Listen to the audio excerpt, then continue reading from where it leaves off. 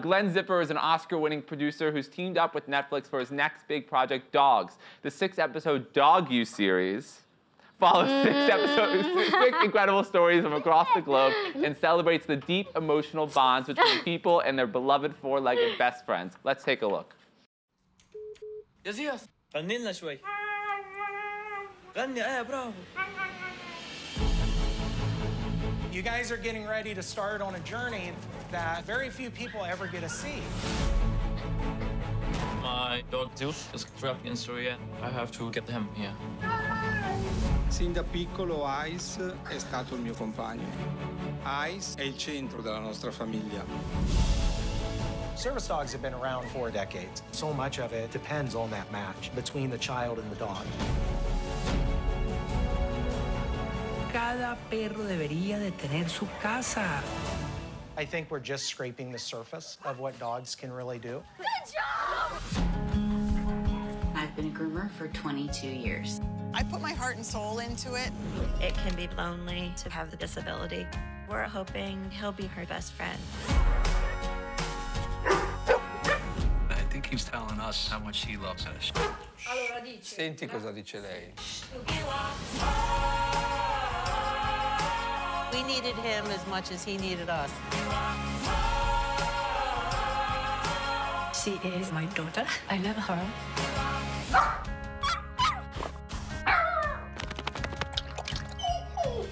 I can't imagine my life without dogs.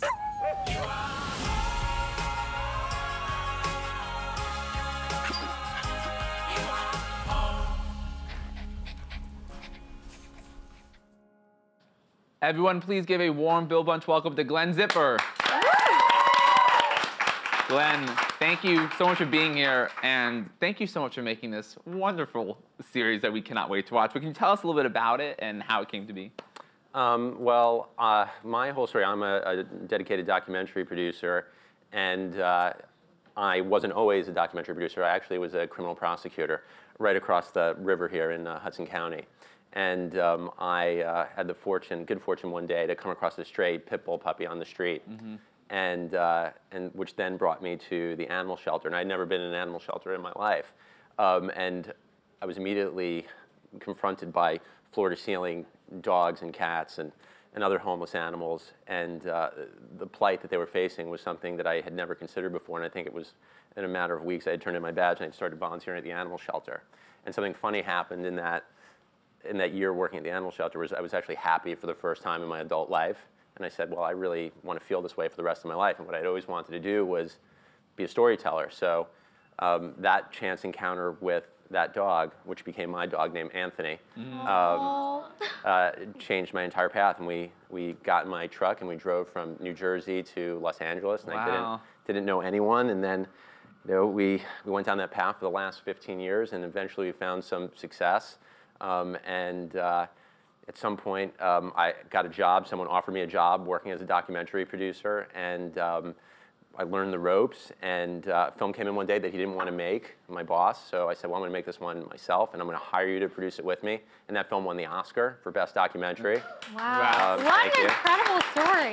And then, but when everyone went out partying all night, which is what you're supposed to do after you win an Oscar, I went home to walk Anthony. So, but it was, this is really full circle now. Right. Telling the story of dogs, and more specifically, the bond between human beings and dogs. And that's something that all of us, I think, share, right, particularly in these divisive times where there's not a lot that people across America can agree on.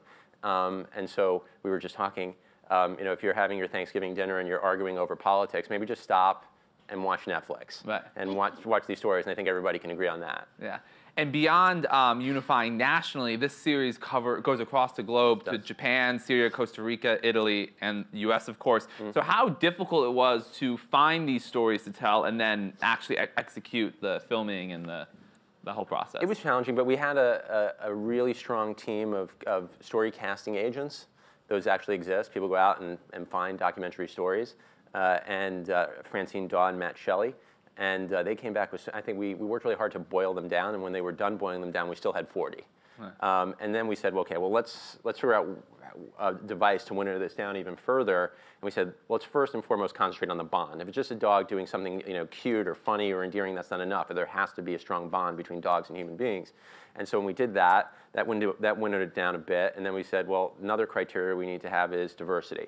Geographic diversity, to make the point that this bond knows no borders, this love knows no borders. And then diversity of characters. We wanted characters that looked different from one another, that had different types of families, that went about life in different ways. And once we used all those different overlays, I think we were about down to 9, and then we picked the best 6 out of those 9. Wow.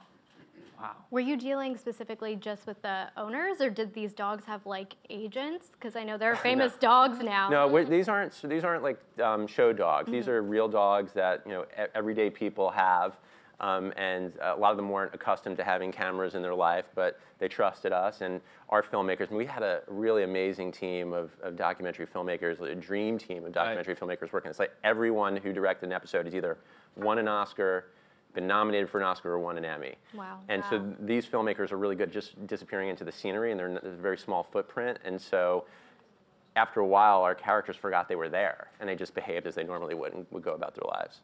That's awesome. What made you choose Netflix for this documentary, and what do you think the benefits were? They made me an offer I couldn't refuse. No, I mean, I think Netflix, all things being equal, it's where you want to be. They push a button and you're in, I think, something like 90 countries across the world and millions of people. 100 million people. Yeah, yeah. And again, we wanted to reach as many people as we could with these stories, so they were the perfect home. There's a lot of good distributors out there, but Netflix is the cream of the crop. Yeah. And you're also working on a documentary now about Johnny Cash, Muhammad Ali. Tell us about those other projects you're Well, Johnny Cash is being directed by Tom Zimney, who also directed the Elvis documentary for HBO last year, which is actually 2 films, Part 1 and Part 2, producing that with Frank Marshall. We're just finishing that now. We'll see what the path holds for that. Muhammad Ali is also 2 films, Part 1 and Part 2, directed by Antoine Fuqua, who you guys know from Training Day. And a lot of other amazing films. And what's really interesting about the Muhammad Ali film is when I would tell people I was working on it, people would congratulate me and be very polite, but I knew when I'd walk out of the room, they'd go like, why is someone else making another Muhammad Ali documentary? And we knew that we needed to have a good answer for that question. And the answer was, we're going to tell the story entirely from Muhammad Ali's perspective. So there's not a single interview in the entire film. The whole story is told through Muhammad Ali's words and with his voice. Wow. Wow. That's very incredible. And it was also produced with LeBron James. Oh, God, that guy does a lot. He's I hear he's good at basketball, too. Pretty good. Pretty good.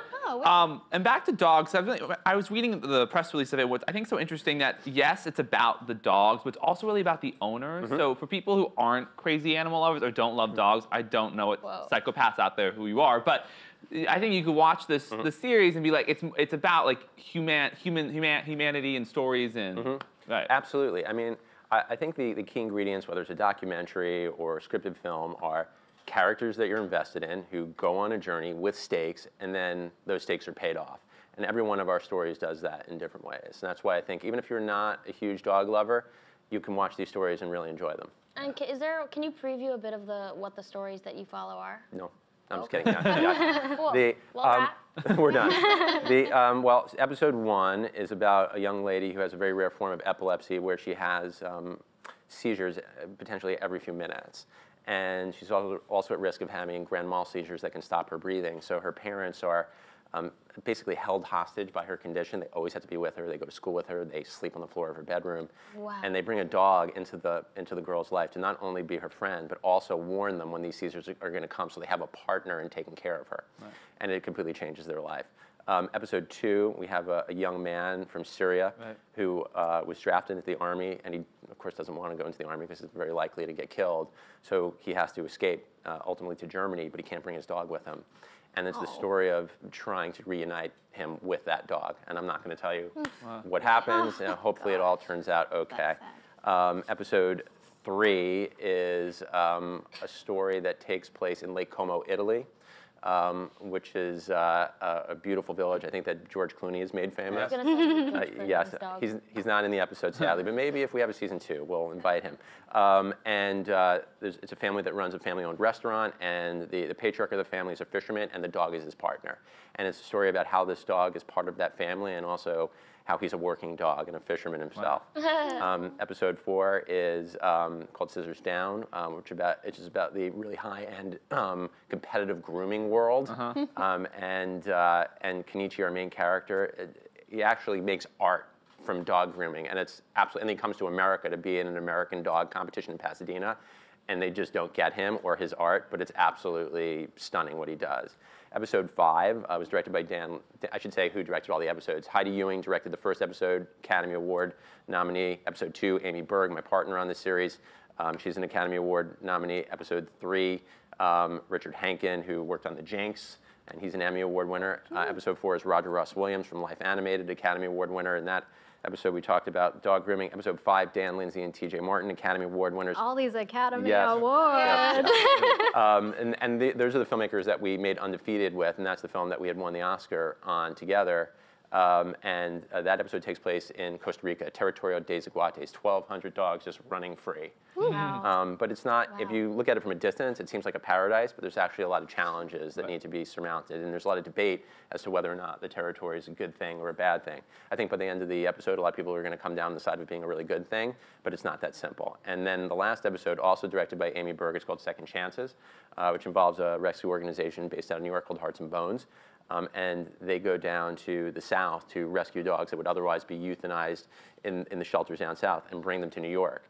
And sometimes you meet people in New York and they're like, why would I have a dog in New York? It's a terrible place to have a dog. Well, it's actually the best place to have a dog.